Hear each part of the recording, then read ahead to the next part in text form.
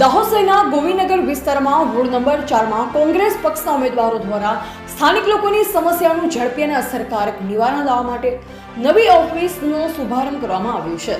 આ ઓફિસ મારફતે વિસ્તારમાં પાણી, રોડ, સફાઈ, લાઇટ સહિતની નગર સેવાઓ સંબંધિત પ્રશ્ન પર ધ્યાન કેન્દ્રિત કરવામાં આવશે।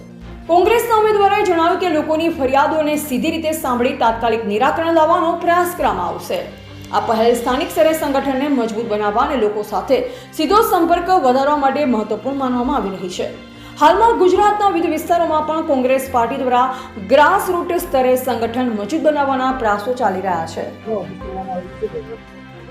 આજે અમારી કોંગ્રેસ પાર્ટી દ્વારા વોર્ડ નંબર 4 નું કાર્યાલય ખોલવામાં આવ્યું છે અને અમારા વોર્ડ નંબર 4 ના ઉમેદવાર રાજુભાઈ ભુરિયા, વિરલભાઈ નાગોરી, રૂપાલીબેન પરમાર, સીમાબેન પંચાલ ચારે અમારા કેન્ડિડેટ છે અને આવનાર દિવસોમાં જે 35 વર્ષથી ભારતીય જનતા પાર્ટીની નગરપાલિકા દાહોદની જનતાનું શોષણ કરી રહી છે, દાહોદની જનતાને પ્રાથમિક સુવિધાઓથી વંચિત રાખી છે, તો દાહોદની જનતાને આવનાર દિવસમાં પીવાનું પાણી ચોખ્ખું મળી રહે, રસ્તા, ગટર, વીજળી, પાણી આ વ્યવસ્થિત મળી રહે એના માટે અમારા ચારે કાઉન્સિલર પ્રણ લઈને આગળ વધવાના છે। અમે પૂરી જિલ્લા કોંગ્રેસ સમિતિ અને દાહોદવાસીઓ એમની સાથે છે।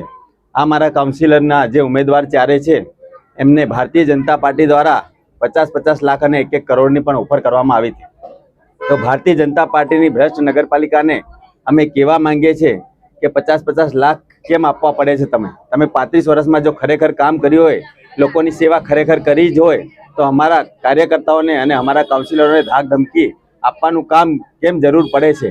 એટલે આજે અમે પ્રણ લઈએ છીએ અને આ કાર્યાલય આવનાર દિવસોમાં પણ લોકસેવા માટે ચાલુ જ રહેવાનું છે અને જનસેવા અને કનેક્ટર સેન્ટર નામ આપવાના છીએ અને 24 કલાકની અંદર જ દાહોદની જનતાનો સર્વ સમસ્યાનું નિરાકરણ કરવા માટે અમે ચારે અમારા કાઉન્સિલર કટિબદ્ધ છે। એની સાથે અમારી કોંગ્રેસ સમિતિ અને દાહોદ શહેરવાસીઓ પણ કટિબદ્ધ છે। જય હિન્દ, જય ભારત।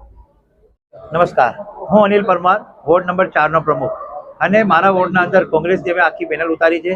પેનલના અંદર 7 નંબર પર છે રાજેશભાઈ ભુરિયા, 8 નંબર પર છે રૂપાલીબેન પરમાર, 9 નંબર પર છે વિરલભાઈ નાગોરી અને 10 નંબર પર છે સીમાબેન પંચાલ। ચારે ચાર કોંગ્રેસના ઉમેદવારને તમે બહુમતી અને જંગી વોટોથી વિજય બનાવો। અમારું કામ રહેશે આ નગરની સેવા કરવું। નગર એટલે નળ, ગટર અને રસ્તા, જે કહેવાય ને કે આપણી પ્રાથમિક સુવિધાઓ છે જે આ વોર્ડના વ્યક્તિઓને મળતી નથી।